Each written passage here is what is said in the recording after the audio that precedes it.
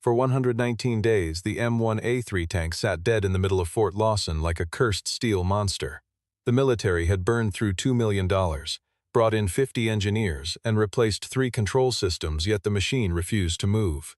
Just as the brass prepared to sign the order canceling the entire project, Mason Reed, a quiet single father working as a civilian mechanic, walked into the hangar. Officers laughed at his oil-stained boots and his battered toolbox. But 10 minutes later, the general shot up from his chair, stunned into silence. The morning at Fort Lawson arrived cold and gray, wind cutting across the wide testing yard where the M1A3 sat motionless beneath the hangar lights. The machine looked less like a vehicle and more like a sleeping predator, its hull dulled by frost, its turret frozen in place as if waiting for an order it would never obey. This prototype was no ordinary tank. It had been built as a glimpse into the future of armored warfare, packed with an electronic control suite, reactive armor plating, thermal sensors, a semi-automatic drivetrain, and stabilization software meant to keep its main gun locked on target even across broken terrain. The military had poured years of research into this single machine, and everyone understood the stakes. If it succeeded, it would become the new symbol of American engineering. If it failed, it would become a defense scandal worth hundreds of millions of dollars. The trouble was simple to describe and impossible to fix. The tank would start. Every display turned green. Electrical signals flowed exactly as they should, but the moment the crew shifted it into drive mode, the auxiliary engine cut out, the transmission locked solid, the turret drifted 3 degrees off-center, and the entire system shut itself down without warning or explanation. Across 119 days, more than 50 engineers had thrown everything they had at the problem. They replaced the central control module. They swapped the hydraulic pressure sensors. They rewrote and updated the firmware twice. They pulled the transmission apart and rebuilt it from scratch. They changed the main wiring harness. They inspected the fuel tank, the cooling system, every filter, every thermal sensor along the hull. The total cost climbed past $2 million, and still nobody could point to the actual cause. General Logan Hayes received calls from the Pentagon every single day, each one shorter and colder than the last. He was a man running out of room to maneuver, caught between a program that refused to die and superiors who demanded either a fix or a funeral. Diana Carter, the lead engineer on the project, was the most devoted person on the base. She slept in her office more nights than not, ate standing up in the hangar, and pored over blueprints until her eyes blurred. Yet even she had begun to suspect that the failure was not a single broken part, but something far harder to name. Connor Blake, representing the defense contractor that built the tank, pushed hard for a different conclusion. He wanted the Army to sign a report stating that the failure belonged to the base maintenance crew, a clean way to protect his company and its enormous contract. The air inside the hangar had grown taut as a wire. Engineers in pressed uniforms stood around with tablets in hand, staring at the tank as though it were already a lost cause, already a line item to be written off. Some of the engineers had stopped meeting each other's eyes weeks ago, tired of pretending the next theory would be the one that finally worked. The hangar smelled of cold metal, spent coffee, and the faint bitterness of diesel that never seemed to wash out of anyone's hands anymore. Reporters had not yet caught wind of the failure, but everyone in that room understood it was only a matter of time before a story this expensive found its way into the wrong inbox. Just as General Hayes prepared to sign the order freezing the program for good, old Sergeant Joseph Miller spoke up, mentioning a name nobody in that polished room recognized. Mason Reed, he said, a civilian mechanic who had a habit of fixing machines that nobody else could understand. Connor Blake let out a short, dismissive laugh, saying this was a cutting-edge combat vehicle, not some rusted truck pulled out of a junkyard. General Hayes, with no better option left on the table, agreed to bring the man in, though only as one final, almost ceremonial attempt before the project was declared dead for good. Mason Reed did not arrive with any fanfare. He pulled up in an old pickup truck with rust along the wheel wells, wearing a charcoal work jacket, dark canvas pants, and boots stained dark with engine oil. He carried a battered toolbox that looked older than most of the engineers standing in the hangar. He looked nothing like the kind of expert anyone in that room expected. No suit, no badge of rank, no tablet computer, no team of assistants trailing behind him. A few of the younger engineers exchanged glances of open contempt, the kind reserved for someone who did not belong in a room full of degrees and clearances. Connor Blake made a point of asking, loudly enough for everyone to hear, who exactly had given a truck mechanic clearance to walk into a classified weapons facility. Mason did not answer the jab. He simply asked to see the failure logs, the maintenance diagrams, the list of every part that had already been replaced, and the recorded footage of each failed startup attempt. Diana Carter watched him with quiet suspicion at first. She did not dislike him, but bringing a civilian mechanic into a top-secret program felt to her like an act of pure desperation, a final gesture before surrender. General Hayes laid out the terms plainly. Mason would have 30 minutes to observe, and he was not permitted to touch the vehicle until cleared to do so. The hangar lights buzzed faintly overhead, and somewhere near the back wall a space heater clicked uselessly against the chill rolling off the open bay doors. Mason walked a slow circle around the tank, and notably he did not start with the instrument panel the way every other engineer had. He started by listening. When the technical crew ran another startup attempt, every eye in the room fixed on the control display. Mason crouched low near the steel floor instead, his ear close to the deck, focused on a faint vibration coming from the transmission housing. He noticed something the others had missed entirely. The cutoff sound was not originating from the transmission receiving its command. It was happening a fraction of a second before that command ever arrived. Then Mason asked a question that silenced the entire room. He wanted to know who had replaced the left side wiring bundle but kept the old-style connector clamp in place. Diana froze because the question was far too specific to be a guess, and that particular detail had never appeared in any official report. Connor immediately cut in, insisting the data was irrelevant to the conversation. Mason kept going.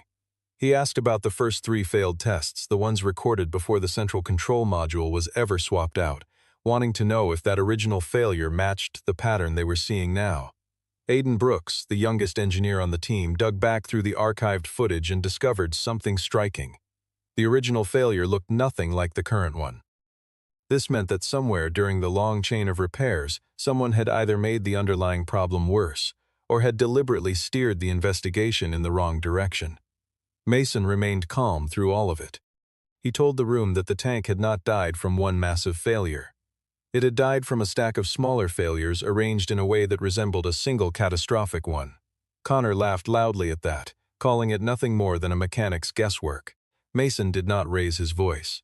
He simply turned to General Hayes and said that if he were allowed to remove one side access panel, he could prove his theory within 10 minutes. A long silence followed, the kind that settles over a room once everyone realizes a decision is about to be made that cannot easily be undone. Diana found herself studying Mason's face, searching for arrogance or bravado and finding neither. Only a steady, unhurried certainty that unsettled her more than any confident speech could have. General Hayes hesitated, mindful of the security protocols wrapped around the prototype, but he eventually allowed Mason to inspect the panel under Diana's direct supervision. Mason did not call for any advanced equipment. He worked with a small flashlight, an oil-stained rag, and an old screwdriver pulled from his own toolbox. A few people in the hangar could not suppress their laughter. One engineer muttered that $2 million of diagnostic equipment had already failed to solve this, and now a man intended to fix it with a screwdriver. Mason ignored the remark entirely, the way he had learned to ignore most jabs over the years, letting the noise pass through him without leaving a mark. He removed the side panel without disturbing the main systems behind it, running his fingers carefully along the wiring bundle, checking the clamp, the insulation layer, and catching a faint trace of a burnt smell. He found it almost immediately, a tiny scuff mark along the signal wiring, positioned in a spot that would only make contact at one very specific angle of vibration through the hull. That flaw was sending a false signal to the turret stability sensor, convincing the system that the turret was losing balance. In response, the safety system automatically locked the drivetrain to prevent the tank from firing while unstable during movement. But Mason was not finished. He pointed out that the scuff mark did not resemble ordinary wear and tear. It looked instead like a thin, deliberate cut made by a narrow tool. Diana bent down to examine it herself and immediately recognized something deeply wrong. This wiring bundle did not appear anywhere on the official parts replacement list. Mason asked for the simulated vibration test to be activated. Diana ran the simulation herself. The moment the artificial vibration reached a level matching rocky terrain, the same false error signal appeared on the display exactly as predicted. The hangar fell completely silent. General Hayes rose from his seat the instant he saw the error code match every prior failure on record. Mason laid it out plainly for the room. The main engine was not broken. The transmission was not broken. The central control module was not broken.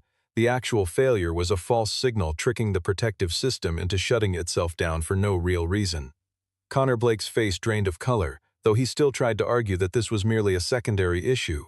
Mason replied that a secondary issue could not possibly cost 119 days if the technical reports had been honest from the very beginning. Diana began to see Mason in an entirely different light. He was clearly not just a mechanic. He understood mechanical systems, electronic behavior, and the real-world conduct of armored vehicles under battlefield stress all at once. General Hayes asked Mason how long the actual repair would take. Mason answered with care. A temporary fix to get the tank running for a test would take about 40 minutes. A proper repair, done to full standard, would require checking the entire wiring run, every clamp, and the full parts history log. His answer was humble and exact at the same time, free of showmanship, yet precise enough to make everyone in that hangar realize they had spent 119 days looking in the wrong direction entirely.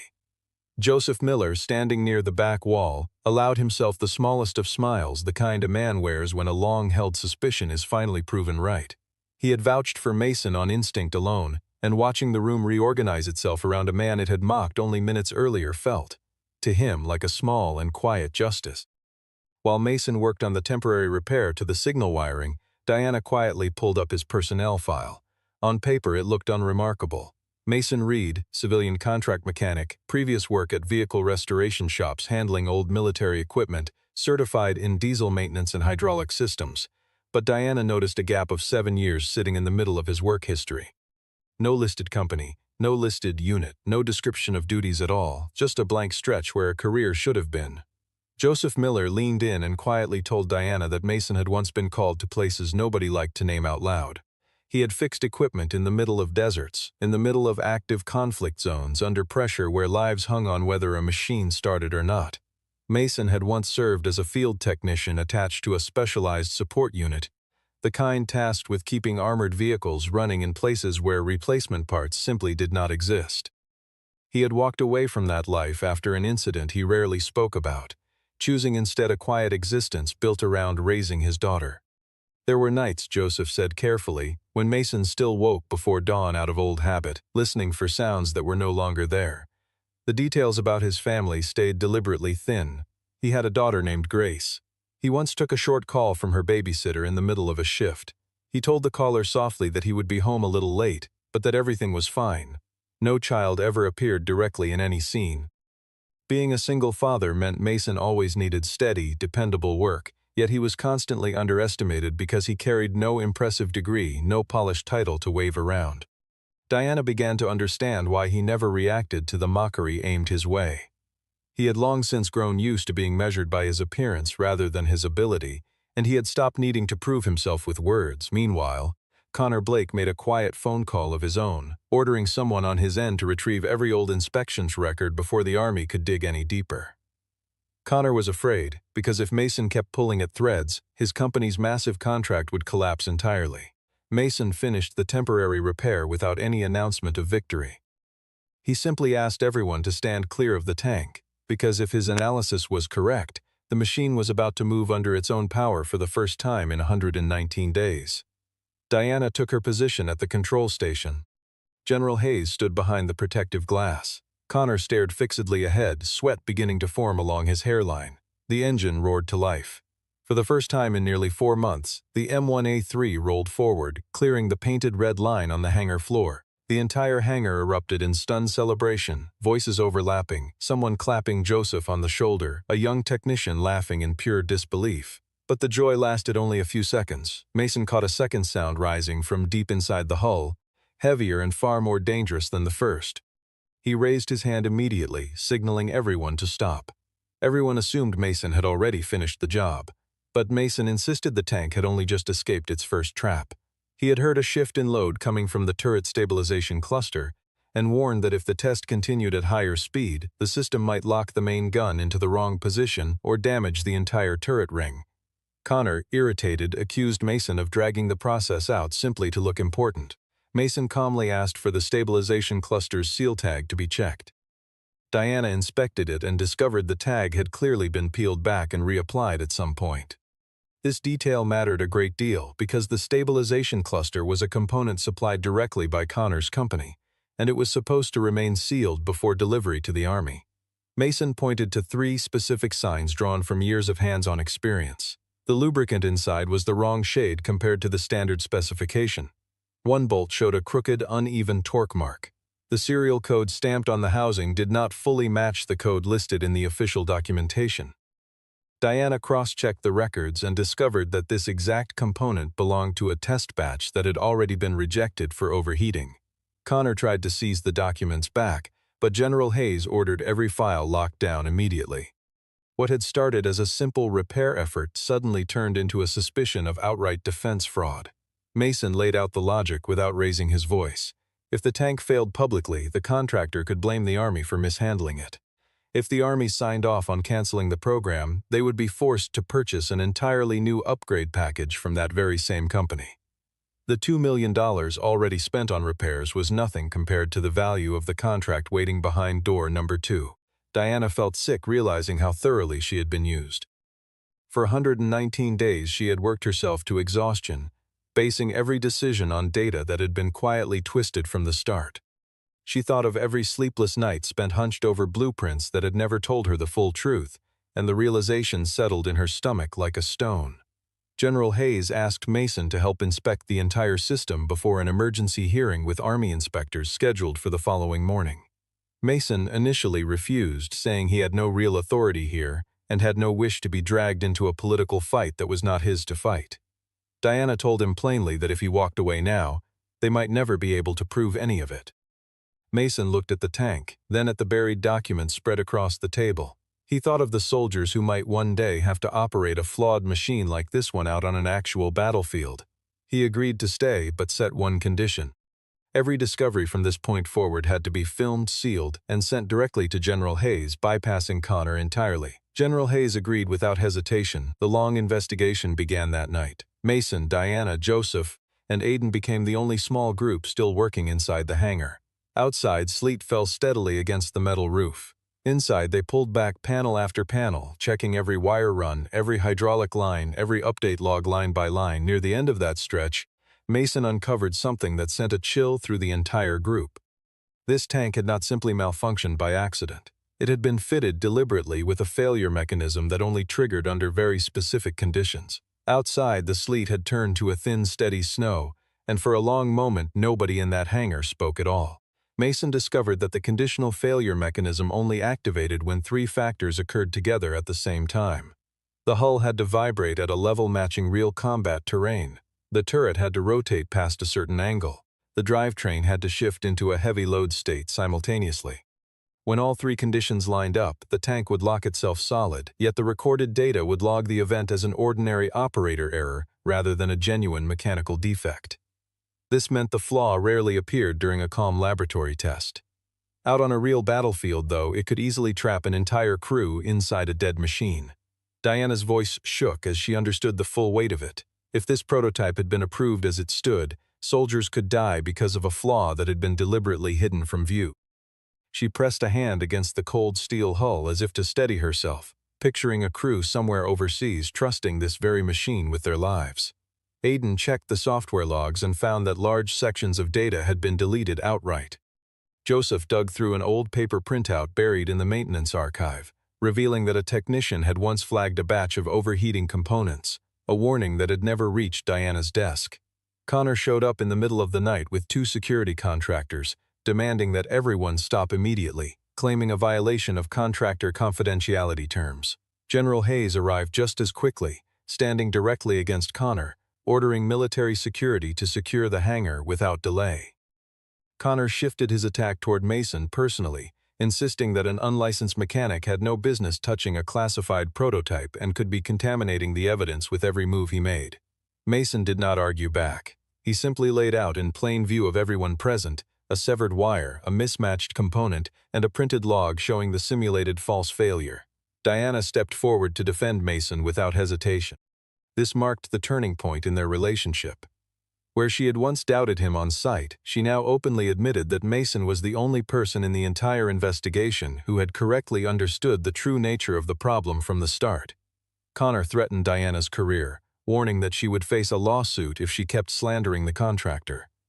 Diana answered that she would rather lose her entire career than sign off on a tank capable of killing American soldiers. Mason found something else buried inside the latest software update, a hidden technical signature that did not belong to Diana's team at all. It traced back instead to Connor's own testing division. Aiden managed to recover a fragment of an internal email referencing a plan to leave the flaw untouched until the upgrade package received final approval. Connor lost his composure and tried to leave the hangar. General Hayes ordered him held in place until Army inspectors could arrive. Yet Connor still held one final card. A formal demonstration in front of Pentagon representatives was scheduled for the very next morning, and if the tank failed to perform flawlessly, the entire program would still be canceled, while every piece of evidence collected tonight could be argued over for months to come. Mason understood that proving fraud was not enough on its own. They needed the tank to perform cleanly and completely in front of everyone watching. He looked around at the small, exhausted group still standing in the hangar at that late hour, and felt for the first time in years that he was exactly where he needed to be. The morning broke over Fort Lawson with a thin layer of frost covering the testing yard. Pentagon representatives, Army inspectors, the full technical team, and the contractor delegation all stood waiting in the cold morning light, their breath visible in pale clouds as they shifted from foot to foot, waiting for the proceedings to begin. Connor tried to seize back control of the narrative, claiming that Mason had interfered with the system without authorization, rendering the entire test invalid before it even began. General Hayes responded firmly that every single action Mason had taken was on record, filmed under direct military supervision from start to finish. Diana presented the findings clearly to the gathered officials. A false signal triggering a phantom failure, a mismatched component pulled from a rejected batch, deleted data hidden from her own engineering team, a conditional failure mechanism built to hide itself during routine testing. Connor pushed back again, dismissing the entire presentation as speculation dressed up as fact. The lead inspector called for a live demonstration on the spot. If Mason's analysis held up, the tank would need to survive a full combat terrain simulation immediately following the temporary repair and isolation of the flaw. Mason had no interest in placing himself at the center of attention. He suggested that Diana should be the one behind the controls, since she remained the rightful lead engineer on this entire program. Diana felt a wave of gratitude mixed with nerves. Mason walked her through every detail she needed to watch for. Avoid pushing the load too hard too early. Keep the turret rotating exactly within the test parameters. Track the secondary signal drift instead of staring only at the primary warning light. The M1A3 rolled out onto the open testing field, its engine roaring after 119 days of total silence. The test unfolded in stages. Crossing a dry trench, climbing a rocky slope, rotating the turret while still in motion, shifting suddenly into a heavy load condition. Everyone held their breath as the tank reached the exact combination of conditions that had once killed it instantly. This time, the system did not lock. The tank kept moving, the turret stayed steady, and the hull cleared the difficult stretch of terrain without a single hesitation. Applause began to ripple through the crowd, yet Mason still was not satisfied. He studied the data feed closely and noticed one secondary signal line still flickering slightly. He signaled for the test to pause before the final stage was complete. Connor laughed immediately, declaring that Mason had just failed in front of everyone who mattered. Mason walked calmly to the large display screen and pointed out that this flickering line was, in fact, the final piece of proof they needed. The signal was not coming from the tank at all. It was coming from a small override device plugged directly into the contractor's own testing rig. Aiden examined the device and confirmed that it had been engineered specifically to inject interference into a live test whenever it was needed. This time, Connor had no remaining argument left to hide behind. The crowd that had been ready to applaud only minutes earlier now watched in stunned silence as the true shape of the morning revealed itself. The lead Army inspector ordered every piece of contractor equipment seized on the spot.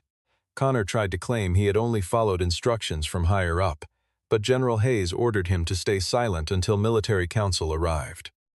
The morning that had begun with frost on the testing yard now felt charged with something closer to disbelief, every officer present recalculating how much they had nearly signed away. Recovered data revealed that Connor's company had known about the defective component long before this entire ordeal began. They never reported it because doing so would have forced a complete recall of an entire production batch along with steep financial penalties. Instead, they let the flaw remain hidden, allowing the Army to believe the prototype needed an entirely new upgrade package worth $800 million. Mason raised a point that mattered even more than the fraud itself. The overall tank design was not fundamentally flawed. There was no need to cancel the program. They simply needed to replace the protective wiring run, swap in a properly certified stabilization cluster, and remove the override device entirely. This single insight saved the entire program from being scrapped. Diana stood before the gathered officials and admitted openly that she had overlooked certain warning signs because she had trusted the contractor's data too completely. Mason refused to let her carry that blame alone. He told her that a good engineer was not someone who had never been deceived, but someone willing to look again the moment the truth surfaced. That single sentence earned Mason a deep and lasting respect from Diana. General Hayes asked Mason how he had managed to spot the flaw so quickly. Mason offered a brief account of an old mission, describing an armored vehicle that had once failed in almost the same way out in a conflict zone. The electronic report told one story, while the actual sound coming from the hull told another entirely. Mason had learned long ago that machinery never lies, even when the data describing it has been falsified. He kept the wartime details brief, just enough to add weight without dwelling on the past. The inspector asked why someone with this much experience was working as a small contract mechanic. Mason answered simply that he was not chasing a title. He needed work close enough to home so he could be there for his family. The mention of his daughter stayed brief, a single line about needing to be present whenever Grace needed him, with no scene ever showing her directly. General Hayes realized the Army had nearly overlooked a remarkable talent simply because they judged him by credentials and appearance instead of ability. Connor was escorted away from the testing field under guard. As he passed Mason, he muttered bitterly that a mechanic could never defeat an entire industry. Mason answered coldly that he had no interest in defeating an industry. He only cared that the tank would not get innocent people killed. He turned back toward the hangar without watching Connor go, already thinking about the work still left to do. After Connor was removed from the process entirely, Mason was asked to stay on as an emergency technical advisor. He refused to take sole credit for the discovery. Instead, he insisted that Diana, Joseph, and Aiden all be listed together on the repair report. This choice revealed something essential about Mason's character. When he had been mocked and dismissed, he never sought revenge by tearing others down in return. Now that recognition finally came his way, he refused to hoard the spotlight for himself. He understood that a machine this complex needed an entire team behind it, as long as that team operated with honesty. The group began the proper repair work in earnest.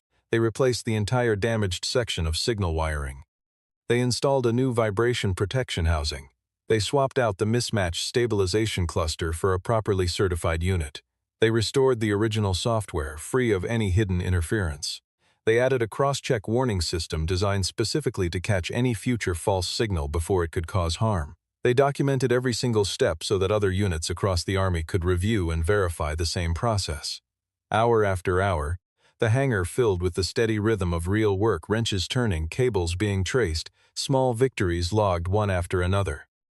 While the work continued, Diana asked Mason why he had never mentioned his past from the very beginning. Mason answered that people who most needed to hear the truth rarely trusted an introduction. They only trusted results. Diana asked if he had felt anger at being laughed at. Mason said he had lived through far worse days than that. What truly angered him was watching people place profit ahead of a soldier's life without a second thought. The connection between Mason and Diana grew through quiet respect rather than any sudden romantic spark.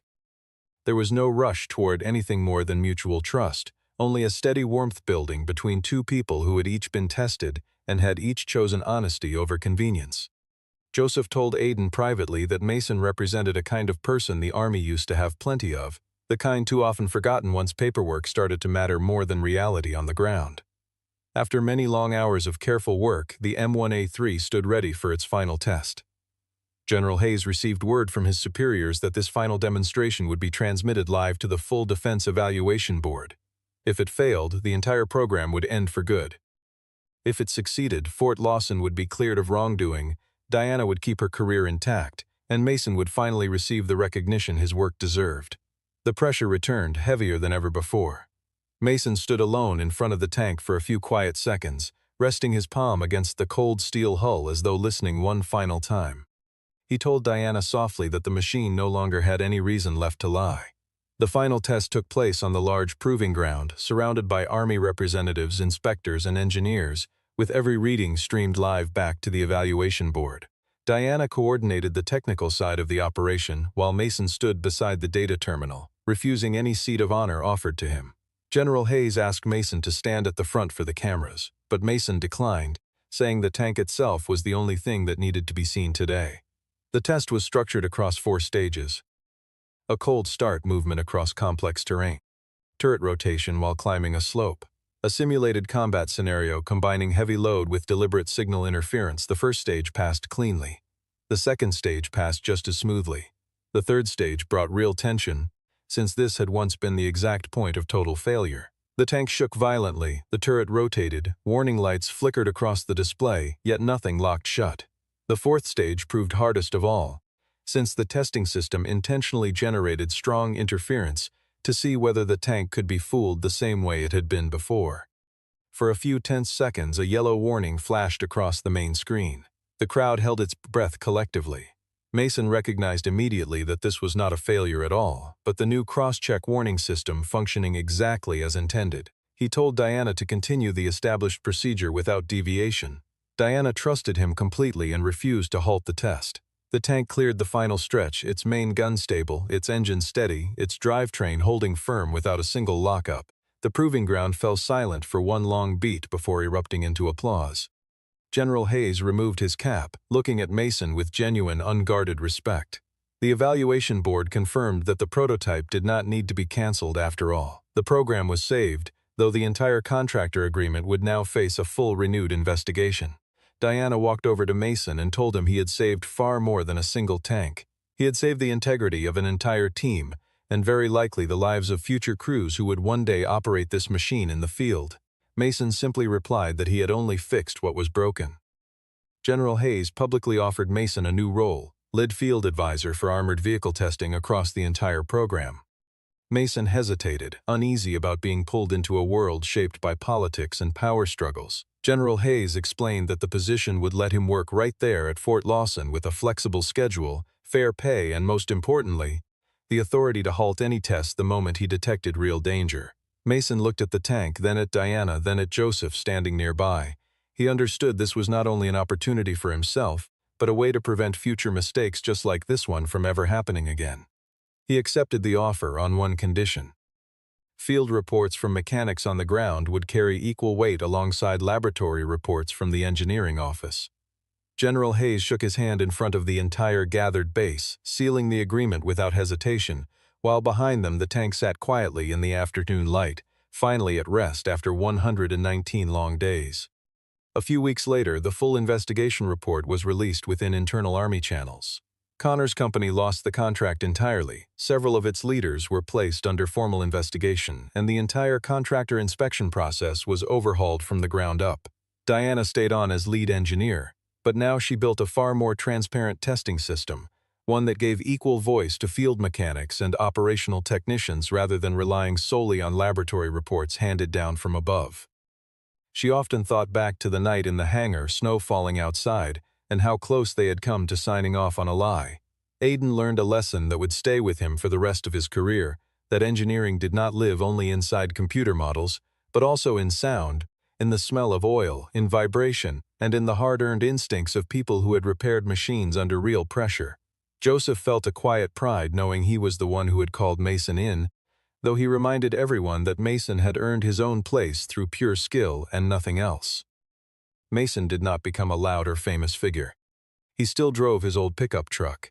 He still wore his work jacket. He still spoke sparingly, choosing his words with care. But when he walked into the hangar now, nobody laughed at his oil-stained boots anymore. One quiet, gentle moment stayed with him. Mason received a short call from Grace one afternoon. He told her softly that he would be home earlier than usual that evening. There was no scene showing the child directly, only the simple call serving as a steady reminder that beneath everything else, he remained a father first. Diana noticed this small moment and understood something important. Mason's strength did not come only from his technical skill. It came from the quiet responsibility he carried with him every single day, a weight he never once complained about. General Hayes held a modest internal recognition ceremony, free of grand speeches or unnecessary spectacle. He told the assembled technical staff that the Army had spent $2 million learning a lesson Mason had proven true within 10 minutes, that nobody should ever underestimate a person who truly knows how to listen to a machine. Mason was given formal authority to halt any test the instant he identified genuine danger. This was real recognition, not a hollow gesture of thanks. Diana handed him the finalized report. The closing line read that the root cause of failure had been identified by Mason Reed, field validation specialist. Mason studied that line for a long moment. It was not the recognition itself that moved him most.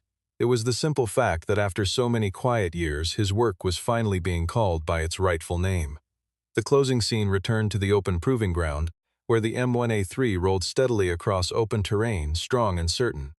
Mason stood outside the vehicle, with no need to climb aboard, no need to wave to anyone watching, only a quiet satisfaction in seeing the machine finally operate exactly the way it was always meant to.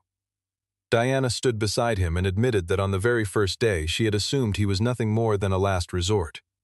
Mason offered a small, easy smile, replying that sometimes the last resort is simply the only person whose pride has not yet gotten in the way of seeing clearly. The story closed on the image of the tank moving steadily through the fading evening light, while Mason turned quietly back toward the hangar, returning to a simple life that from this day forward would never again be invisible. The Army had lost 119 days and $2 million trying to fix a single tank, yet it took only one afternoon to realize that the man everyone had laughed at was the only one calm enough and honest enough to save it.